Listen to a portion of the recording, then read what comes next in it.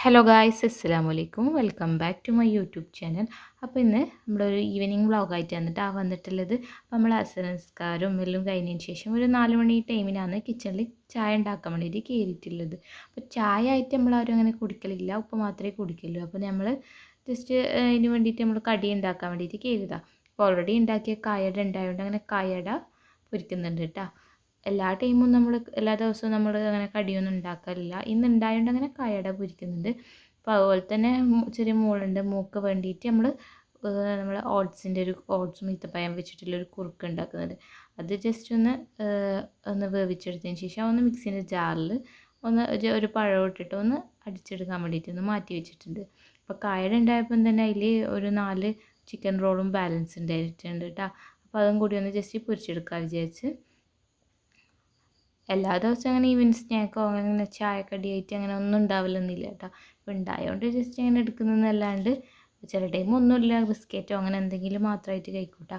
ഉപ്പാക്ക് ജസ്റ്റ് ഒരു കട്ടൻ ചായ ആക്കിയിട്ട് കടിയെല്ലാം ആക്കിയിട്ട് അങ്ങനെ ഉപ്പാക്ക് കൊടുത്ത് അതിന് ശേഷം ഞാനിവിടെ രാത്രിത്തേക്ക് വേണ്ട നമ്മളെ ഉള്ളിയും തക്കാളിയെല്ലാം കട്ട് ചെയ്തെടുക്കുന്നത്. അപ്പോൾ ഇന്ന് ചിക്കൻ കറിയും പത്തലാണ്.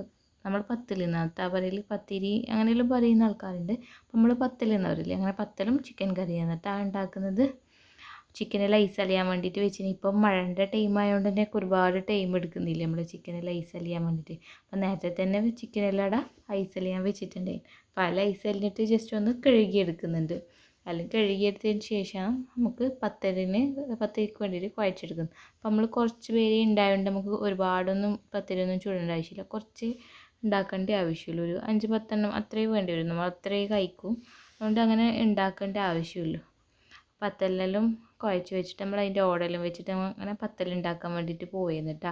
ഞാൻ നല്ലൊരു പ്രൊഫഷണലായിട്ടുള്ളൊരു പത്തലുണ്ടാക്കുന്ന ആളൊന്നുമല്ല കേട്ടോ. ഞാൻ ജസ്റ്റ് ഒരു തട്ടിക്കൂട്ടി പത്തലുണ്ടാക്കുന്ന ആളാണ്. എൻ്റെ പത്തലത്ര പെർഫെക്റ്റ് ആയിട്ട് വരത്തുമില്ല. അപ്പോൾ ഞാൻ എനിക്കറിയുന്ന രീതിയിൽ ജസ്റ്റ് വേണ്ട പത്തലെല്ലാം ഇങ്ങനെ ഉണ്ടാക്കിയെടുക്കുന്നു കേട്ടോ. നമ്മൾ കുറച്ച് നല്ല ലൂസായിട്ട് പത്തലെന്ന് വെച്ചാൽ ചൂടുവെള്ളത്തിൽ കുഴക്കേണ്ടതൊന്നും ആവശ്യമില്ല കേട്ടോ. പച്ചവെള്ളത്തിൽ തന്നെ കുറച്ച് ലൂസായിട്ട് കുഴച്ചാൽ നല്ല അടിപൊളിയായിട്ടുള്ള പത്തൽ കിട്ടും. പക്ഷെ ഞങ്ങൾക്ക് അതിൻ്റെ ആ ഒരു പെർഫെക്റ്റ് ആയിട്ടുള്ള ഒരു ടെക്നിക്ക് അറിയാത്തതുകൊണ്ടാണ് കേട്ടോ എൻ്റെ പത്തലൊന്നും അങ്ങനെ നല്ലോണം പൊന്തി വരാത്തത്. ഉമ്മെല്ലാം ഉണ്ടാക്കുമ്പോൾ നല്ല അടിപൊളിയായിട്ട് പൊന്തി വരത്തുണ്ട്. ഇന്ന് ഞാൻ തന്നെ പെട്ടെന്ന് വീഡിയോ എടുക്കുന്നതുകൊണ്ട് ഉണ്ടാക്കാമെന്ന് വിചാരിച്ചിട്ട് അങ്ങനെ ഉണ്ടാക്കിയെന്ന് കേട്ടോ. അപ്പോൾ ആദ്യത്തെ പത്തിരി നമുക്ക് അടിപൊളിയായിട്ട് കിട്ടിയിട്ടുണ്ട്. രണ്ടാമത്തേത് ഫുള്ള് കൊളായിട്ടുണ്ട് കേട്ടോ. അപ്പോൾ എങ്ങനെയല്ലോ തട്ടിക്കൂട്ടി ഞാൻ പത്തിരിയെല്ലാം ഉണ്ടാക്കിയെടുക്കുന്നുണ്ട്.